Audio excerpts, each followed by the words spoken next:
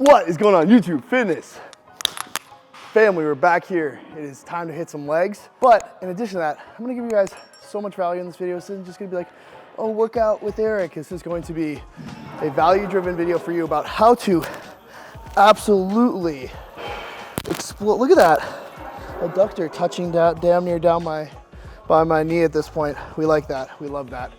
So what I'm gonna show you guys in this video is how to grow your quads in the most effective way possible.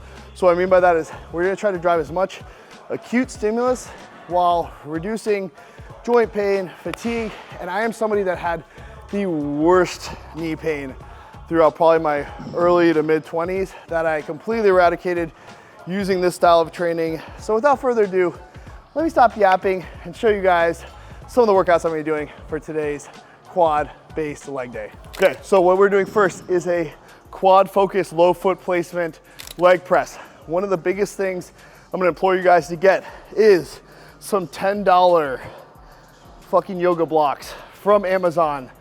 They are a game changer. I'm gonna use them probably, I think, twice in this video alone for quads. And the reason is they're gonna allow us to get more range of motion and a lot better ergonomic patterning of the body. So they kind of pushes you into that position of kind of not gonna be like a super arched back, but we're also not gonna let our back round. And these almost force you into that lumbar position where you pull the shoulders back, chest opens up to the ceiling, where you're going to minimize any risk to the spine, because when you're training hard and you start to what's called interior tilt, which means here, or if you're on a leg press and you start to roll the butt off of the pad, that's where we're gonna get a little bit of that risk for lower back.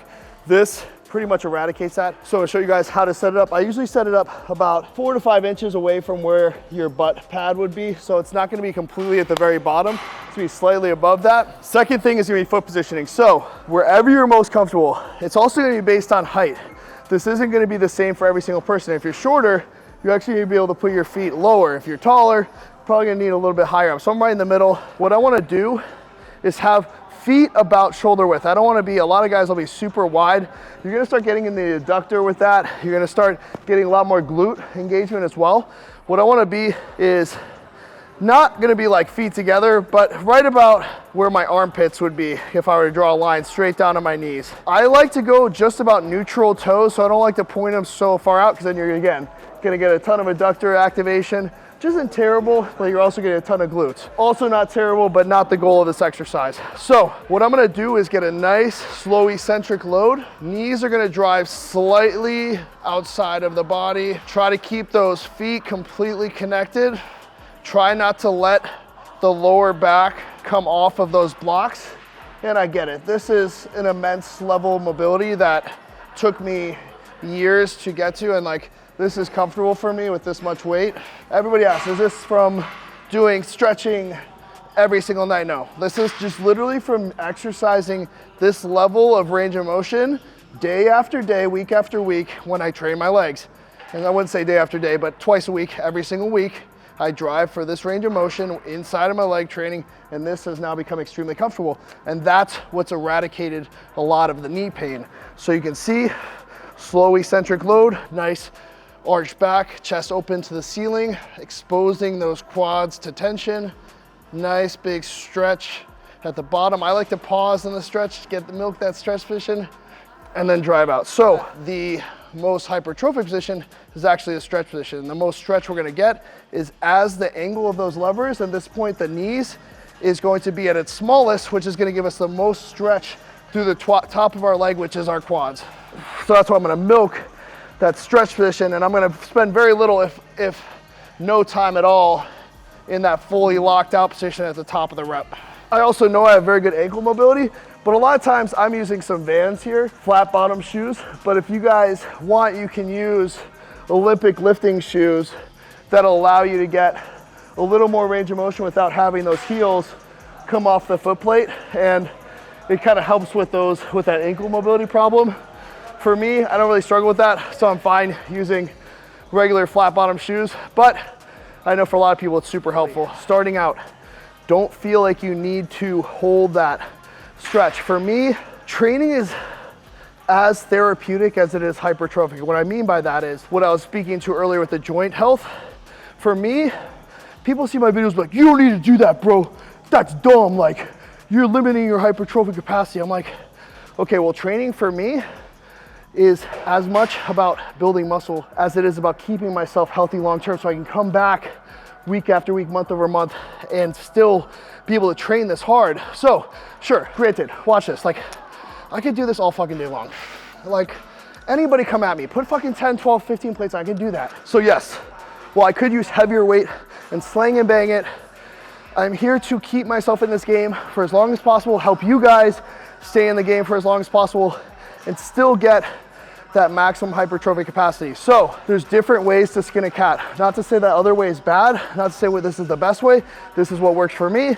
This is what helps me stay healthy. So I would find it in between, right? Like somewhere like this is what I would recommend to start out. Ready? Down, 2, 3, 4, pause, 1, out. 4 to 5 second eccentric, 1 second pause, controlled drive. Doesn't have to be 8 to 10 second negative, 4 second hold in the bottom, but I'm also not gonna train differently than I actually do. I'm not gonna do something different for a video than how I actually train. This is how I train. Find a middle ground. That's the beauty of training, is take a little bit of what I do and then find something that works for you specifically. Maybe work closer and closer to what I'm doing. So here, let's keep driving through this set. Felt so fucking good, dude. I love working out, dude, seriously. Bulgarian split squats.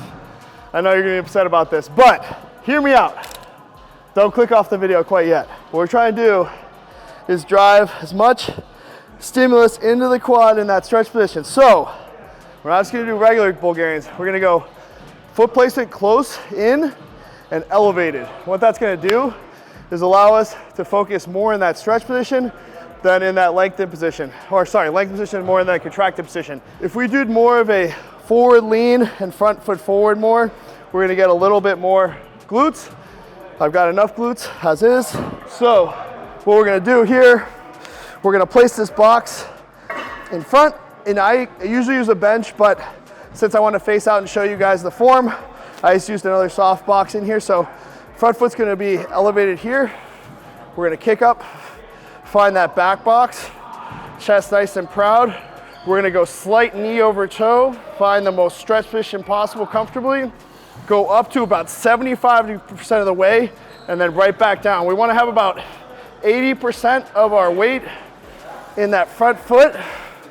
The back foot's just a guide foot to allow for us to stretch and maintain tension. So here, pushing that knee over toe, big stretch, chest proud, drive out to about 75% of the way up, and then right back into it. I like to look up to keep as much focus in the quad and keep that knee, that body weight forward. You see, the more I push the body weight forward, the more it presses the emphasis into the quad. That little knee over toe action. Oh my God. That is complete failure. Oh my God. Oh, yeah. When I stop yapping, so you know it's getting extremely difficult, because the amount it takes me to shut my fucking face is a lot.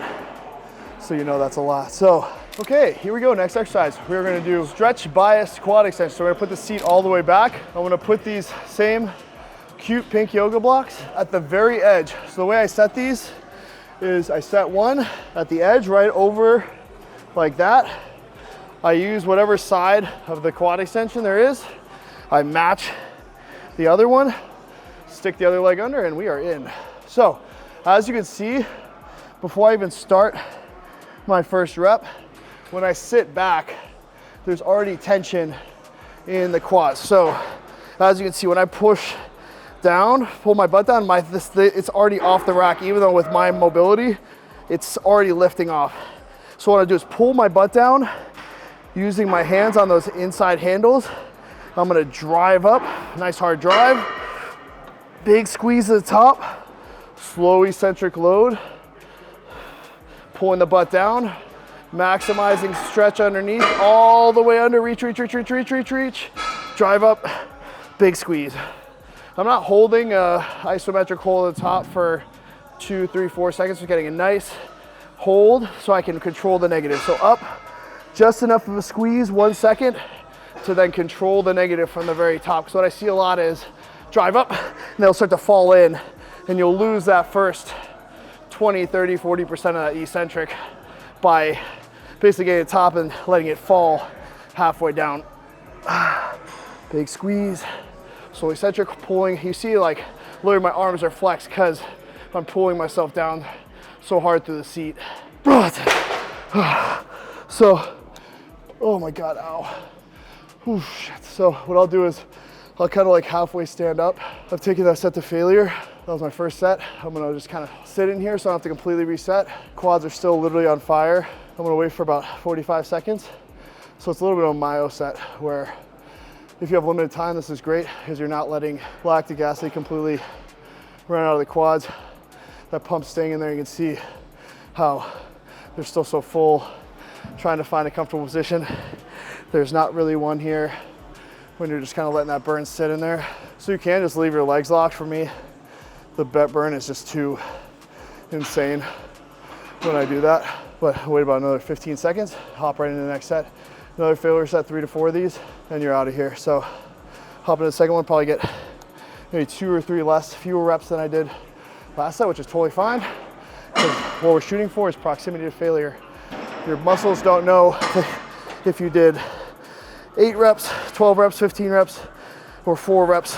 Obviously, we want to make sure we're still in that hypertrophic range, but effort and proximity to failure and acute stimulus are going to supersede the exact amount of reps we hit. I think we lose a lot of this on YouTube because we're just trying to be so hyper-focused on capturing first or second set for explanation's sake. I want to show you guys what a final intensity set looks like.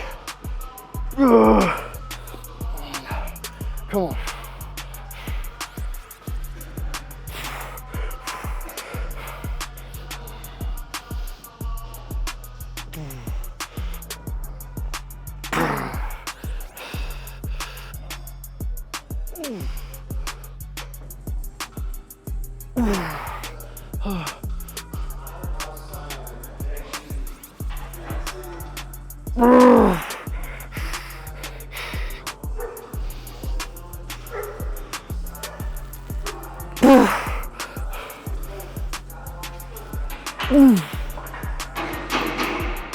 Oh, fuck.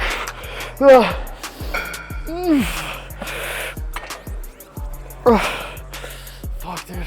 Quite pumped. Oh, fuck. Right, as if I haven't endured enough punishment today, we're doing some hack sissy squat variants. So this is not for the faint of heart. Do this with very light weight because the amount of angle you're about to achieve with that knee joint is absolutely insane. So what we're gonna do is put a foam roller in the middle of the pad so that what we can do is set ourselves forward. It's gonna do 2 things. It's gonna push that vector of force through my hip back into the bench and take pressure actually off my lower back, because if I'm going straight up, that's actually gonna increase axial load. If I put this foot plate up very high, that I put in the highest angle, and then I put my body forward using this pad, it's actually gonna push that force back into basically the base of my lower back and my upper glutes. And it's gonna take almost all that pressure out of my spine. You'll see what I'm talking about. So I've got a pretty lightweight for me for hack squats. But what I'm gonna do is I'm gonna all the way down to the bottom. Nice postural integrity, chest open to force. We're gonna go below foot placement. We're gonna go down. You're gonna come up on the toes just slightly as you come down. And this, for most people, is gonna be an insane amount of stretch. If you wanna go next level, what I do is push forward onto my toes, and the amount of force that goes into my teardrop especially, because everybody asks me like, oh, how do you get that crazy teardrop? It's nutty shit like this. I know a lot of people won't believe me. Then we're gonna drive out, back onto the plate, down, so we get to that stretch position, push forward, all the way forward, back down, and out. So if you want, you can push out from here. I just feel like, for me, I like to kind of push back to where I get a nice angle here, and then back out. So like I said, if this is This for you, for 98% of people, is gonna give a crazy amount of stimulus right here. See how much stretch I'm getting through the quads?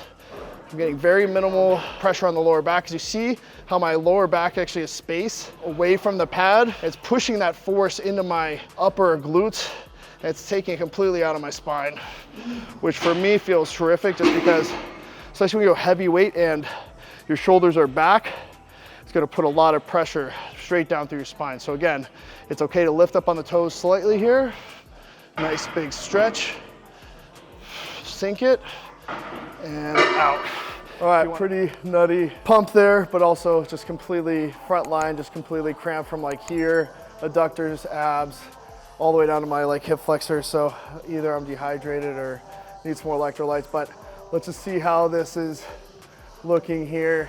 As you can see, made a lot of progress over the last even like few months in this. Like, obviously gear has not been super high, as we know, but I think it's just more a testament to the training and also peptides, recovery, and HCLT subs, as you guys know. But I hope you guys enjoyed this workout. The biggest thing I'm gonna tell you is don't just take away just the exercises, but also the form cues, maximizing stretch, maximizing stimulus, try to minimize injury risk, fatigue. But trust me, guys, just try this out for a month, 2 months. Maximize that range of motion with lesser weight. The soreness is gonna go up. The knee pain is gonna go down. You see, I don't wear knee wraps. I was the guy that was like wrapping his knees with like the crazy heavy bands or the heavy wraps, things like that. This is something that has completely eradicated knee pain, is just training this capacity. So try it out.